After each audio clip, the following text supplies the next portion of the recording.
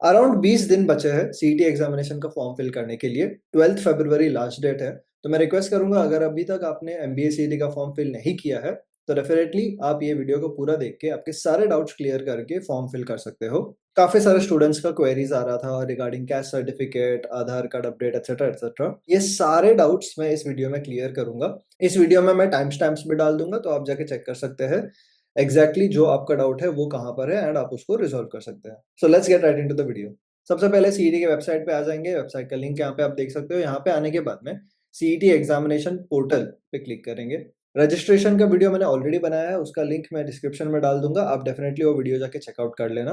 Register करने के बाद में आपको यहाँ पे आके आपका ईमेल आईडी डालना है एंड आपको यहाँ पे आपका पासवर्ड डालना है। लॉगिन करने के बाद में आप एक बार चेक कर लेना आपका प्रोफाइल में सारे डिटेल्स आपने सही से फिल किए हैं या नहीं। रजिस्ट्रेशन के टाइम पे ही आपको अपार आईडी या एबीसी आईडी को लिंक करना होता है। वो लिंक करने का प्रोसीजर भी मैंने उस वीडियो में बताया, तो डेफिनेटली वो चेक कर लेना। वो करने के बाद में यहाँ पे सारा इन्फॉर्मेशन एक बार क्रॉस चेक कर लो। प्रोफाइल डिटेल्स फिल करने के बाद में आपको डायरेक्टली क्लिक करना है सीट रजिस्ट्रेशन के ऊपर और यहाँ पे MAH MBA MMS के ऊपर क्लिक करो, रजिस्टर नाउ। रजिस्टर क्लिक करने के बाद में एक इन्फॉर्मेशन ब्रोशर आ जाएगा। यहाँ पे जो इंपॉर्टेंट पॉइंट्स है वो मैं हाईलाइट कर देता हूँ। सबसे पहला पॉइंट ये है कि एक अटेम्प्ट का फीस है 1500 और 2 अटेम्प्ट का फीस है 3000 rupees, right, for Maharashtra student and outside Maharashtra students. यही कैटेगरी वाले स्टूडेंट्स के लिए एक अटेम्प्ट के लिए 1300 और 2 अटेम्प्ट्स के लिए है 2600। इस बार ऑर्फन कैटेगरी स्टूडेंट्स के लिए भी सेपरेटली उन्होंने अलग फी लिखा है। That means there is a possibility कि इस बार ऑर्फन कैटेगरी सीट्स भी हो सकते हैं एंड इनका फीस भी रिजर्वेशन कैटेगरी स्टूडेंट्स जितना ही है। और एक इंपॉर्टेंट पॉइंट है कि आप जो actively email ID and mobile number use करते हो उसी को आपको यूज करना है रजिस्ट्रेशन के लिए, बिकॉज इस पे आपको बहुत सारे कम्युनिकेशंस ओटीपी आएंगे। तो इंपॉर्टेंट है कि आप active email ID and mobile number use कर रहे हो।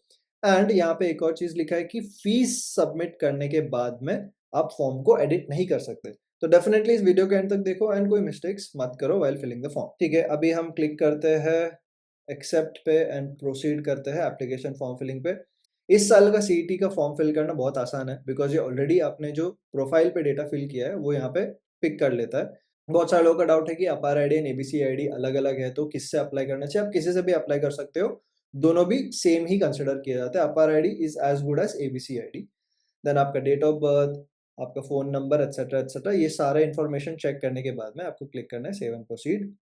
देन यहाँ पे भी वापस आपका प्रोफाइल से जो जो डिटेल्स डाला था आपने ऑलरेडी वो यहाँ पे कैप्चर करेगा। बस एक बार क्रॉस चेक कर लीजिए आपका नंबर, आपका corresponding address etcetera. Then click on save and proceed. Domicile and category details में भी आपका डिसेबिलिटी, ऑर्फन कैटेगरी, ये सारा इन्फॉर्मेशन फिल करना पड़ेगा। तो लास्ट ईयर ऑर्फन कैटेगरी के सीट्स नहीं थे सीईटी एग्जामिनेशन पे, तो मे बी इस साल उन्होंने वापस डाला है। तो अगर आप ऑर्फन कैटेगरी के स्टूडेंट्स हो तो आपको यस क्लिक करना है, नहीं तो नो। नेक्स्ट आ जाते हैं कैटेगरी इन्फॉर्मेशन पे। यहाँ पे लिखा है कि are you domiciled in the state of Maharashtra. Domicile एक बहुत ही इंपॉर्टेंट सर्टिफिकेट है। ये प्रूफ है कि आप एक महाराष्ट्र कैंडिडेट हो या नहीं हो।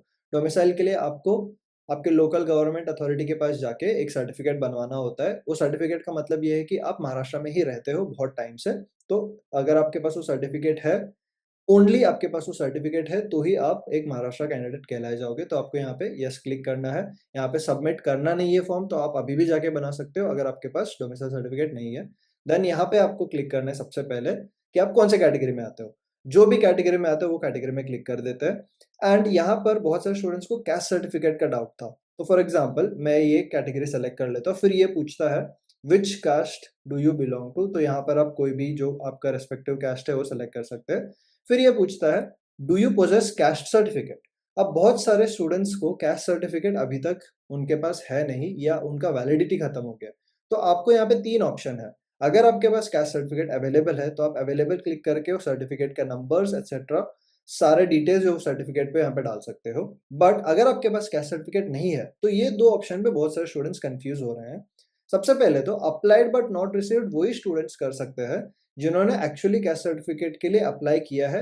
अगर आपने अप्लाई किया है तो आपको यहाँ पर रिसीप्ट नंबर एंड आपका एप्लीकेशन डेट डालना होगा। नाउ बहुत सारे स्टूडेंट्स जो कैस्ट सर्टिफिकेट के लिए अप्लाई करने जा रहे हैं उनको कैस्ट सर्टिफिकेट वाले बोलते हैं कि जब तक आप एमबीएसीटी फॉर्म नहीं फिल करोगे तब तक हम आपके लिए एप्लीकेशन नहीं भर सकते। तो इन दैट केस आपको क्या करना है, यहाँ पे नॉट अप्लाइड पे क्लिक करना है। सीईटी एग्जामिनेशन का ये जो पूरा फॉर्म है ये फिल करना है एंड उसके बाद में ये फॉर्म लेके आप कैस्ट सर्टिफिकेट वाले ऑफिस जाओ और उनको बोलो इस फॉर्म के बेसिस पे कि मुझे अभी आप कैस्ट सर्टिफिकेट का वैलिडिटी फॉर्म बनाइए। जब वो बन जाएगा, बना के रखने के बाद में जब कैप राउंड का एडमिशन्स होता है, तब आपको ये कैस्ट सर्टिफिकेट का यूज करके वापस आपका कैटेगरी जो होगा वो उसका बेनिफिट्स आप ले सकते हो। तो अगर आप ओपन कैटेगरी के हैं एंड ईडब्ल्यूएस के लिए अप्लाई करना चाहते हो, यहाँ पे आपको ओपन कैटेगरी डालना है, आपका कैस्ट नेम डालना है एंड यहाँ पे ईडब्ल्यूएस के लिए यस और नो। जैसे ही आप ईडब्ल्यूएस के लिए यस एंड नो क्लिक करेंगे, यहाँ पे आपको एक प्रोफॉर्मा वी करके एक फॉर्मेट मिलेगा। ये फॉर्मेट आपको डाउनलोड करके रखना है एंड ये फॉर्मेट आपको फिल करके यहीं पे लिखा है कि आप जब कैप राउंड के लिए अप्लाई करते हैं तभी आप ये ईडब्ल्यूएस सर्टिफिकेट से एडमिशन के लिए इस फॉर्म को भर सकते हैं। अगेन, जैसा हमने कैस्ट सर्टिफिकेट वालों के लिए देखा वैसे ही ईडब्ल्यूएस वालों के लिए अगर आपके पास करंटली सर्टिफिकेट अवेलेबल है तो आप अवेलेबल डालोगे, नहीं है बट अप्लाई किया है बट नॉट रिसीव्ड तो ये डाल के उसका इन्फॉर्मेशन डालोगे, और अगर आपने अप्लाई नहीं किया है अभी तक, अगर आप बाद में करने वाले हो तो नॉट अवेलेबल क्लिक कर सकते हैं। सो सारे स्टूडेंट्स को ये रिक्वेस्ट है कि आप कोई भी कास्ट से बिलोंग करते हो, ईडब्ल्यूएस या any caste apart from open category, आपने अगर नॉट अप्लाइड पे क्लिक किया या नॉट अवेलेबल पे क्लिक किया तो आपका एडमिशन ओपन कैटेगरी में नहीं होगा। कैप राउंड के दौरान आपको वापस एक ऑप्शन मिलेगा ये फॉर्म्स फिल करने के लिए, तो आपके पास उतना टाइम है 2-3 महीने और का कि आप ये सर्टिफिकेट्स बनवा के रख लें आपके पास। तो ये one of the most confusing, one of the most doubtful section था सीईटी फॉर्म फिलिंग का। नाउ हमने यहाँ पे इंफॉर्मेशन सारा फिल कर दिया है। Now will click on save and proceed. यहाँ आ जाने के बाद में अगेन आपके प्रोफाइल से डेटा कैप्चर कर लेगा आपका एसएससी 12th का इंफॉर्मेशन। देन यहाँ पर नीचे पूछता है ग्रेजुएशन स्टेटस। तो अगर आप पढ़ रहे हो ग्रेजुएशन में तो आपको अपीयरिंग डालना है, आपका ब्रांच का नाम जो है वो आपको यहाँ पे पिक करना है। अगर आप ऑलरेडी ग्रेजुएटेड हो तो आपको यहाँ पे ज़्यादा इन्फॉर्मेशन डालना होगा, जैसे कि आपका ग्रेजुएशन पासिंग ईयर, आपका ग्रेजुएशन का branch name, marks type. Now जो स्टूडेंट्स मुंबई यूनिवर्सिटी के हैं उनका एक CGPA to percentage conversion ratio होता है, तो वो कन्वर्जन रेशियो के हिसाब से आप डाल सकते हैं। पुणे यूनिवर्सिटी के स्टूडेंट्स के लिए डिफरेंट कन्वर्जन रेशियो होता है। तो आपको बेसिकली आपके ग्रेजुएशन ओवरऑल मार्क्स रिसीव्ड, आपका अगर सीजीपीए में है तो सीजीपीए में overall marks received, maximum marks and percentage, जैसा आपके कॉलेज ने या यूनिवर्सिटी ने गाइडलाइंस दी है उसके बेसिस पे आपको ये फिल करना है। अगर आपको इसमें डाउट है तो आप आपके कॉलेज के एडमिशंस डिपार्टमेंट में जाके पूछ सकते हो कि आपको सीजीपीए टू परसेंटेज कैसे कन्वर्ट करना है या परसेंटेज टू सीजीपीए कैसे कन्वर्ट करना है। देन जो क्लास अवॉर्डेड है वो भी आपके एडमिशंस डिपार्टमेंट वाले क्लियर कर लेंगे। कितना ईयर का ग्रेजुएशन है क्लिक करके you have to click on next and save and proceed. ये हो जाने के बाद में नेक्स्ट आपको आना है एग्जाम सेंटर सिलेक्शन पे। यहाँ पे क्लिक करना है सेलेक्ट द एग्जामिनेशन अटेम्प्ट्स। अगर आप एक अटेम्प्ट देना चाहते हैं या 2 अटेम्प्ट देना चाहते हैं। नाउ बहुत सारे स्टूडेंट्स को डाउट है कि एक अटेम्प्ट देना चाहिए या 2 अटेम्प्ट देना चाहिए। मेरा सजेशन है कि हर किसी को 2 अटेम्प्ट देना चाहिए, बिकॉज लास्ट ईयर मेरे बहुत सारे स्टूडेंट्स ने बहुत अच्छी कंसिस्टेंसी के साथ प्रिपेयर करने के बावजूद भी एग्जामिनेशन के दिन पैनिक में आके उनका जैसा एक्सपेक्टेड परफॉर्मेंस था वैसा दिया नहीं, जिसके वजह से उनको एज एक्सपेक्टेड रिजल्ट भी नहीं आया। तो वो लोग वापस रिपीट कर रहे हैं सीईटी एग्जामिनेशन के लिए। तो ऐसा कुछ आपके साथ ना हो एंड आपको 2 अपॉर्चुनिटी मिले एक एग्जाम में, इस एग्जाम में बेटर परफॉर्म करने के लिए, तो मेरा सजेशन है कि आप डेफिनेटली बोथ अटेम्प्ट्स पे क्लिक करना। यहाँ पे सेंटर सिलेक्शन में भी लास्ट टाइम इससे ज़्यादा ऑप्शन थे, दूसरे स्टेट्स के भी ऑप्शन थे, बट इस बार सिर्फ और सिर्फ महाराष्ट्र का ही ऑप्शन है। तो आपको ऑल इंडिया स्टूडेंट्स जो भी है उनको सीईटी एग्जामिनेशन 2 अटेम्प्ट्स के लिए आपको महाराष्ट्र आना पड़ेगा। तो this is a concern only for all India students. All India students अगर आप सीईटी के लिए प्रिपेयर कर रहे हैं 2 अटेम्प्ट से, तो डेफिनेटली आपको डेट्स एंड एवरीथिंग पहले से ही पता है, तो आप उसके हिसाब से ऑलरेडी आपका प्लान कर सकते हैं आपके प्रिपरेशन के हिसाब से। एंड महाराष्ट्र में आपको देन चूज करना होगा whichever centre is closer to you. And जो स्टूडेंट्स महाराष्ट्र में, सिमिलरली आप जहाँ रहते हैं उसके हिसाब से आपको यहाँ पे सेंटर सेलेक्ट करने होंगे। तो मैंने यहाँ पे 4 सेंटर सेलेक्ट कर लिए हैं। यहाँ पे आपको पूछेगा mock test and psychometry test information. CET cell वालों ने लास्ट ईयर भी अटल मॉक्स करके 5 मॉक्स लॉन्च किए थे, तो अभी ये लोग कॉम्प्लीमेंट्री आपको 3 टेस्ट दे रहे हैं, तो आप ये ले सकते हैं। इसके ज्यादा अगर आपको मॉक्स चाहिए तो आप यहाँ पे क्लिक कर सकते हैं।